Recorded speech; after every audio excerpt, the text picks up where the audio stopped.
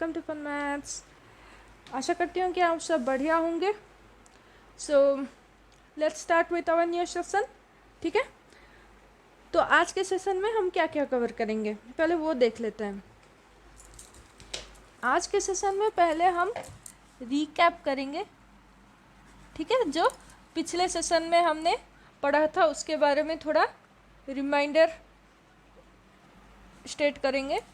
फिर उसके बाद हम एक्सरसाइज 1.5 की ओर बढ़ेंगे।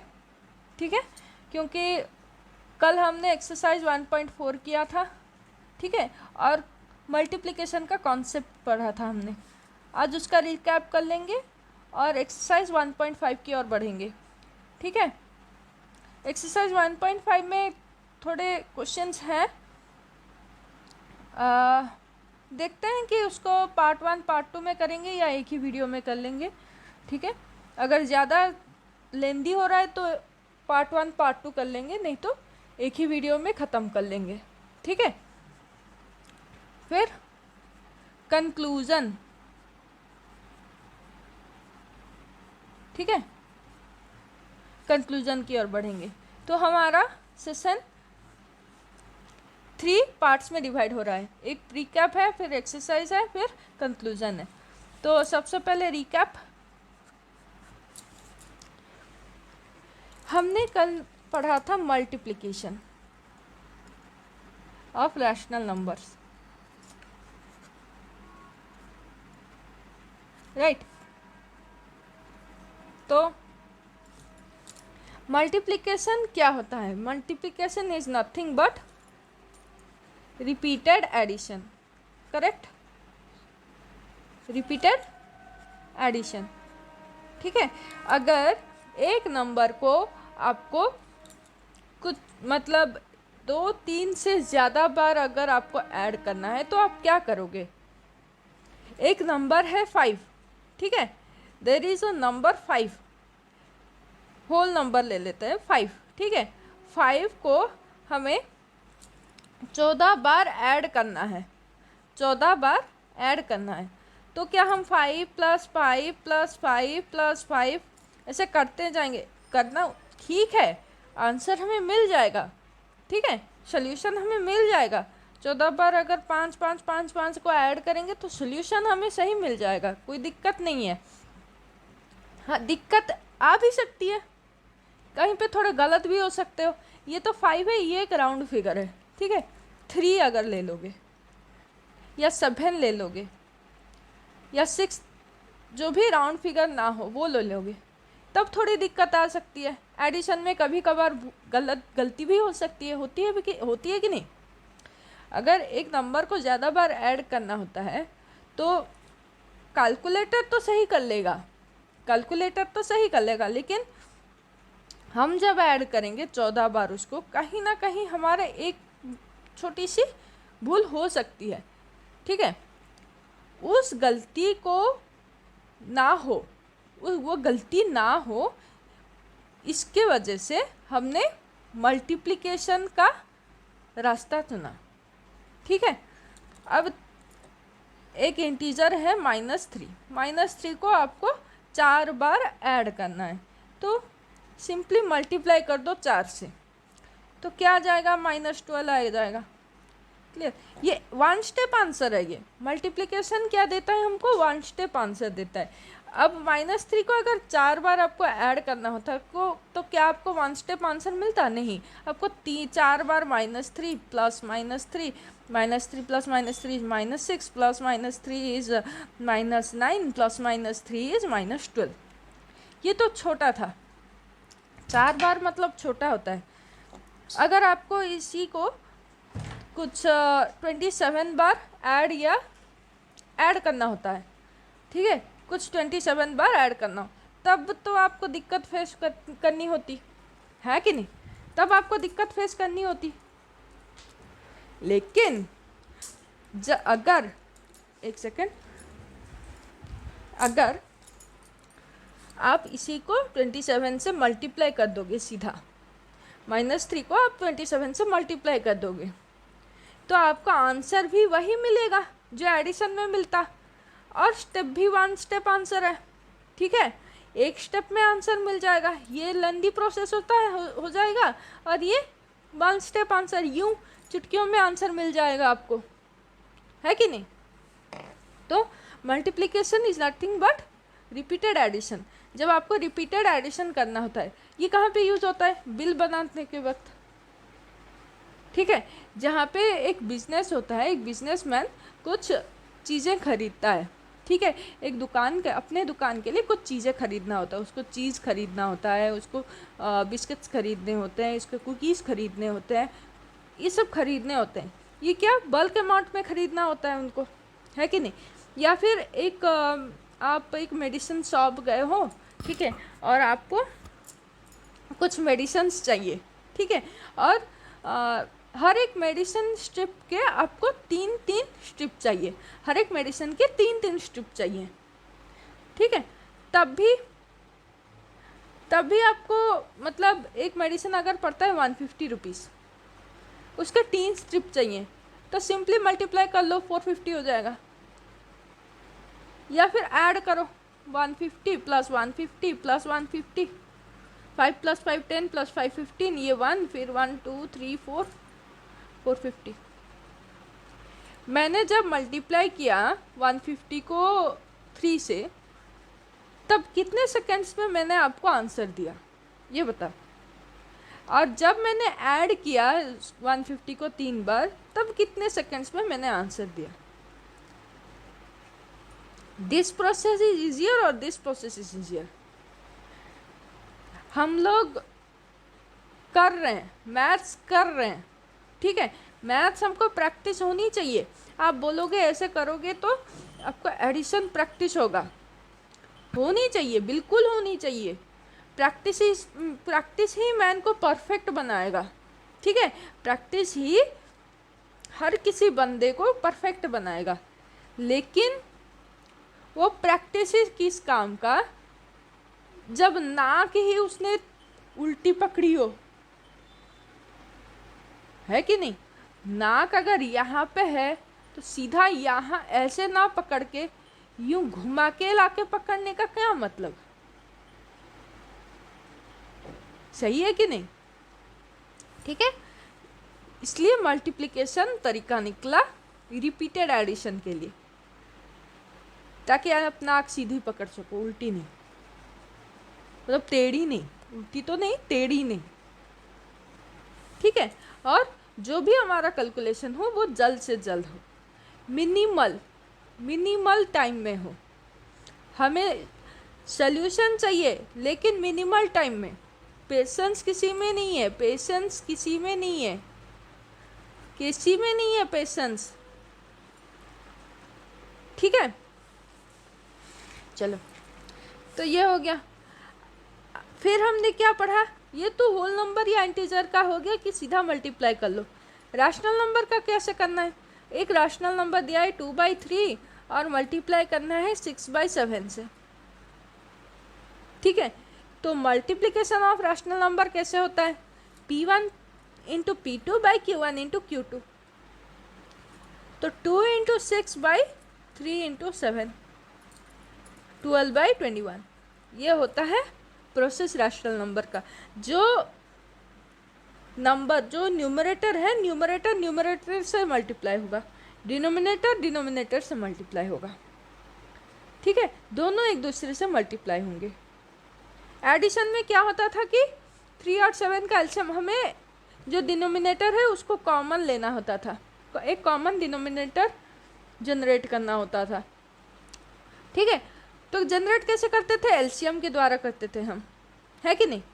फिर उसको मल्टीप्लाई करना, 3 को एलसीएम का जो लीस्ट कॉमन मल्टीपल हमें जो जनरेट किया होगा हमने, ठीक है, उसको वो लीस्ट कॉमन मल्टीपल यहाँ पे 3 की जगह पे लाना है, यहाँ पे 7 की जगह पे लाना है। मतलब इसको एक ऐसे नंबर से मल्टीप्लाई करो कि हमें वो लीस्ट कॉमन मल्टीपल मिल जाए। यहाँ पे भी वही हाल होता था, तो नंबर को हम दोनों न्यूमरेटर डिनोमिनेटर से मल्टीप्लाई करते थे, ठीक है। फिर जो हमारा नया नंबर जनरेट होता था, जो नए नंबर्स हमारे दो जनरेट होते थे, उन दोनों को हम क्या करते थे, ऐड कर देते थे या सब्सट्रैक्ट भी कर देते थे।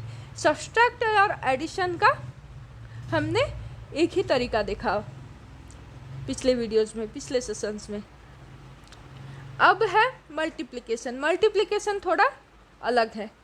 मल्टीप्लिकेशन में क्या होता है, P1/Q1 और P2/Q2 जो दो हमें रैशनल नंबर मिले होते हैं उनको P1 और P2 को मल्टीप्लाई करो बाई Q1 और Q2 को मल्टीप्लाई करो।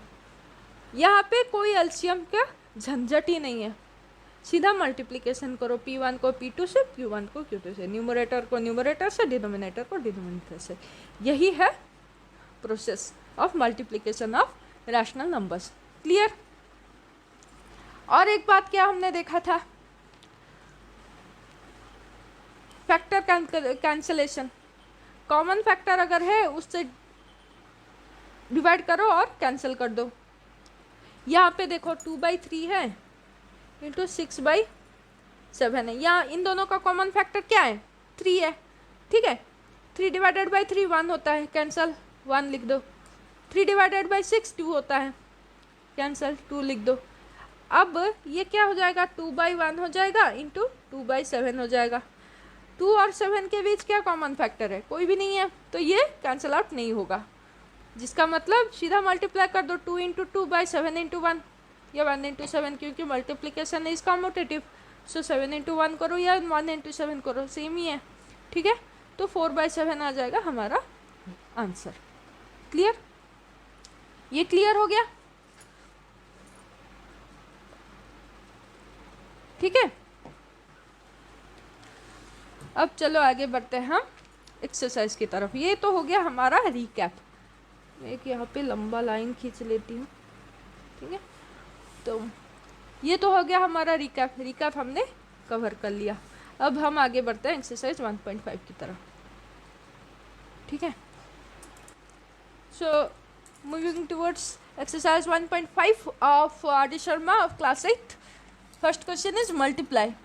मल्टीप्लाई किस किस को करना है, 7/11/5/4। तो यहाँ पे लिख देते हैं 7/11 इंटू 5/4।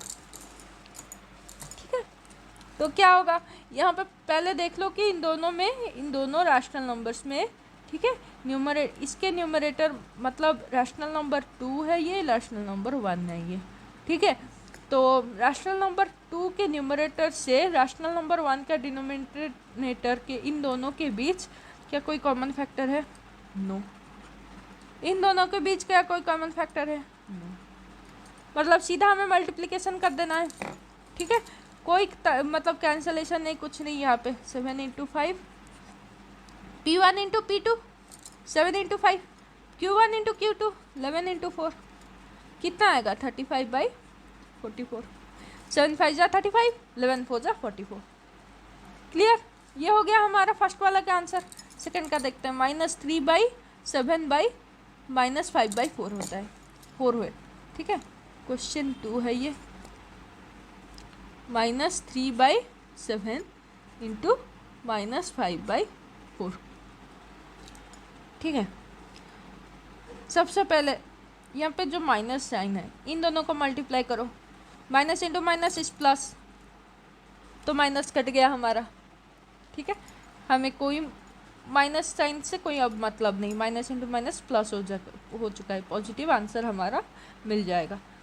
अब इन दोनों के बीच क्या कोई कॉमन फैक्टर है, इन दोनों के बीच और इन दोनों के बीच? नो। तो सीधा multiply 3 into 5 by 7 into 4, P1 into P2, Q1 into Q2। 3 5 जा 15, 7 4 जा 28। क्लियर? ये आ गया हमारा सेकंड का आंसर। अब थर्ड को बढ़ते हैं, 15/11/7 मल्टीप्लाई 15/11/15/11 बाई तो नहीं होगा यहाँ पे, मल्टीप्लाई बाई 7 खाली 7 है, मतलब डिनोमिनेटर में 1 है। ठीक है, यहाँ पे भी कोई कॉमन फैक्टर नहीं है किसी भी के बीच भी, तो सीधा मल्टीप्लिकेशन 11 इंटू 1, 7 इंटू 15 जा कितना होता है, 135 होता है, बाई 11 इंटू 1 11। क्लियर? आंसर आ गया हमारा। ये थर्ड का था, ये फर्स्ट का था। ठीक है, ये हो गया। अब चलो आगे बढ़ते हैं क्वेश्चन 2 की तरफ और देखते हैं क्वेश्चन 2 में हमें किस टाइप का प्रॉब्लम सॉल्व करना है। ओके, सो हमारा नेक्स्ट क्वेश्चन है फिर से मल्टीप्लाई। यहाँ पे थोड़ा डिफरेंट है। ठीक है, तो चलिए क्वेश्चन की ओर बढ़ते हैं। 7/6 इंटू -3/28। ठीक है, 7/6 इंटू -3/28। अब देखो कुछ कैंसिल आउट हो रहा है कि नहीं। यहाँ पे 7 है न्यूमरेटर में और यहाँ पे 28 है। इन दोनों के बीच कॉमन फैक्टर कुछ है क्या? यस, क्या है कॉमन फैक्टर? 7। तो 7 1 जार होगा, ये 7 4 जार होगा। 7 को 7 से डिवाइड करोगे तो 1 आएगा और 7 को 28 से डिवाइड करोगे तो 4 आएगा। ठीक है, यहाँ पे 3 और 6, 3 इज़ अ कॉमन फैक्टर। ठीक है, 3 को 3 से डिवाइड करोगे तो 1 आएगा, 6 को 3 से डिवाइड करोगे 2 आएगा। ठीक है, तो हमारा बचा क्या? 1/2 इंटू -1/4। माइनस इंटू प्लस, यहाँ पे कुछ नहीं है मतलब प्लस।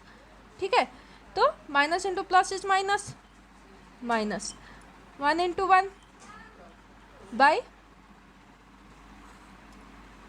2 इंटू 4। न्यूमरेटर को न्यूमरेटर से मल्टीप्लाई किया, डिनोमिनेटर को डिनोमिनेटर से मल्टीप्लाई किया। ठीक है, तो क्या आया हमारा? -1, 1 into 1 is 1 by 2 into 4 is 8, -1/8। So solution to the first question is -1/8. Question is 7/6 into -3/28। काटा कुटी करके हमारा आंसर आया -1/8। ठीक है, अब सेकंड क्वेश्चन की ओर बढ़ते हैं, सेकंड प्रॉब्लम की ओर। अब देखते हैं इसमें क्या काटा कुटी होता है। -9/16 इंटू -64/-27। ठीक है, अब इन दोनों के बीच क्या कोई कॉमन फैक्टर है? हाँ, क्या कॉमन फैक्टर है? 3 है और 9 है। 9 से डायरेक्ट हम डिवाइड कर लेते हैं क्योंकि यहाँ पे 9 है तो ये डायरेक्ट कैंसिल आउट होके 1 हो जाएगा। ठीक है, 9 3 जार 27। ठीक है, यहाँ पे देखो 16 और -64, 16 1 जार 16 और 16 4 जार 64। ठीक है, अब क्या बचा हमारा? -1/1, यहाँ पे माइनस है तो -1/1 इंटू यहाँ पे माइनस है, यहाँ पे भी माइनस है, -4/-3। क्लियर? अब minus into minus is plus. ठीक है, तो 1 इंटू 4 डायरेक्ट। ठीक है, और यहाँ पे plus into minus is minus, मतलब यहाँ पे माइनस रहेगा। 1 इंटू 3, न्यूमिनेटर को न्यूमिनेटर से मल्टीप्लाई किया, डिनोमिनेटर को डिनोमिनेटर से मल्टीप्लाई किया, 4/3। यहाँ पे -3, अब इसको ऊपर ले आओ, इंटू -1 इंटू -1 कर दो, -4/3। कोई डिफरेंस नहीं है। ठीक है, क्लियर? Answer is -4/3। ठीक है, so this is the answer to the second question, -9/16 into -64/-27। Clear? ये था हमारा सेकेंड वाला इतना। अब चलते हैं थर्ड वाले को। मैंने डिवाइड कर दिया है, डिवाइडर लगा दिया है। ठीक है, ताकि कंफ्यूजन ना हो। तो third question is -6/25 into -5/36। -6/25 into -5/36, ये है हमारा थर्ड क्वेश्चन। ठीक है, तो अब देखो इन दोनों के बीच क्या कॉमन फैक्टर है? 5 है। इन दोनों के बीच क्या कॉमन फैक्टर है? 6 है। ठीक है, तो चारों कटेंगे, ये 1 जार, ये 6 jar, 6 divided by 6 is 1, 6 6 jar 36 होता है, 5 5 जार 25 होता है, 5 1 जार 5 होता है। ठीक है, यहाँ पे माइनस था तो -1/5, यहाँ पे माइनस है तो -1/6। अब कोई कॉमन फैक्टर नहीं है।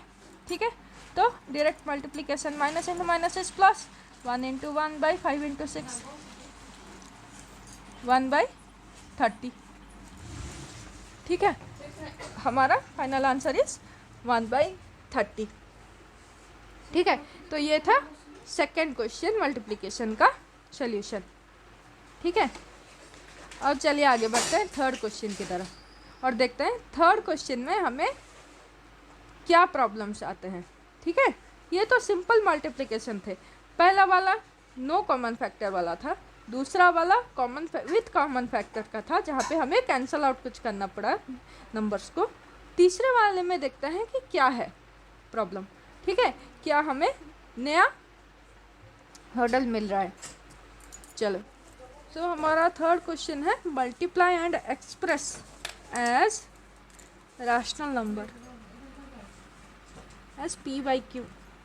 ठीक है, standard form of rational number p/q। ठीक है, तो moving with the first question, -19/36 into 16, -19/36 into 16, 16 खाली है तो बाई 1 में। ठीक है, तो अब कुछ कॉमन मिल रहा है हमें। यस, 16 और 36 में कॉमन फैक्टर है। क्या कॉमन फैक्टर है? 4 is a common factor, 2 is a common factor, है कि नहीं? तो let's take 4 as common factor. 4 4 जा 16, 4 9 जा 36। क्लियर? तो अब कुछ कॉमन फैक्टर बचा? No, simply multiply. -19 into 4, numerator को न्यूमिनेटर से मल्टीप्लाई किया, डिनोमिनेटर को डिनोमिनेटर से। 9 इंटू 1, 19 4 जा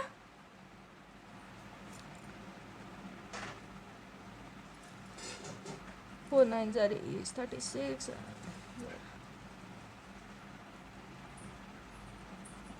-76/9। ठीक है, ये है हमारा answer to the first question, -19/36 into 16।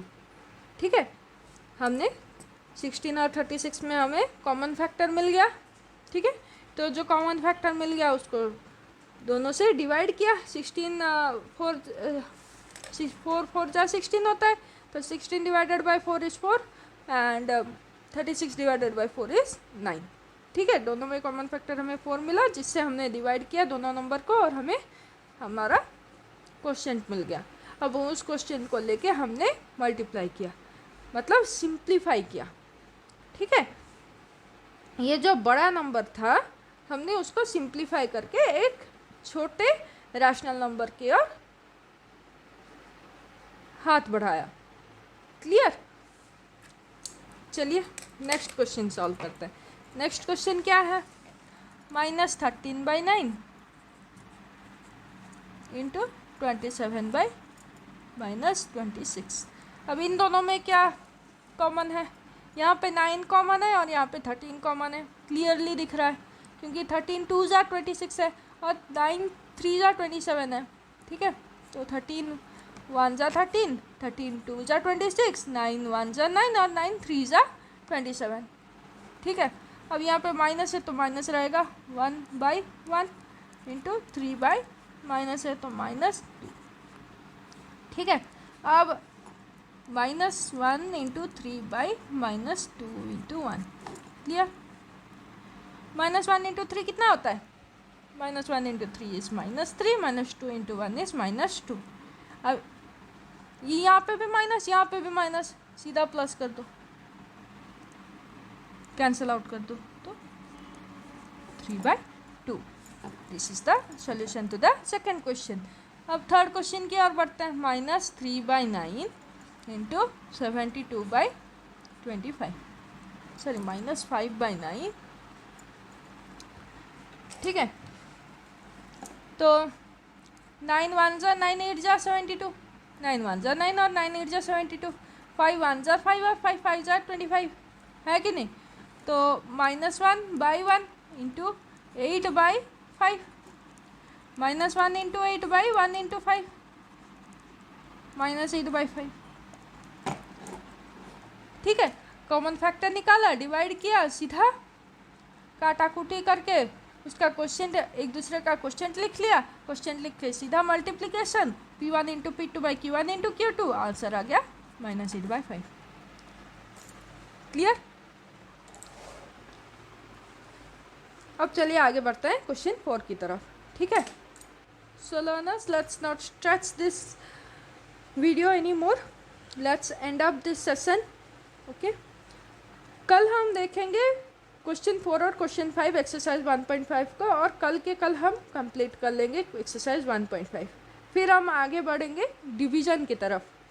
ठीक है, देखेंगे कि how does the division operation work on rational numbers.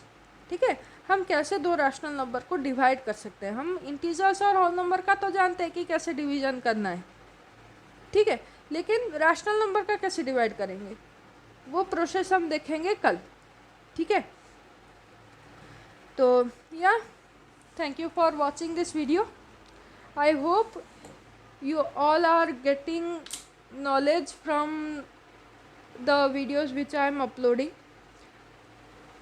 Okay, so yeah, keep supporting me. Do like, subscribe and share the channel. Okay, share the videos to your friends, to your brothers or sister, whoever are studying in class 8, so that they get benefited out of it. Okay, thank you guys, thank you for your support you are doing yet.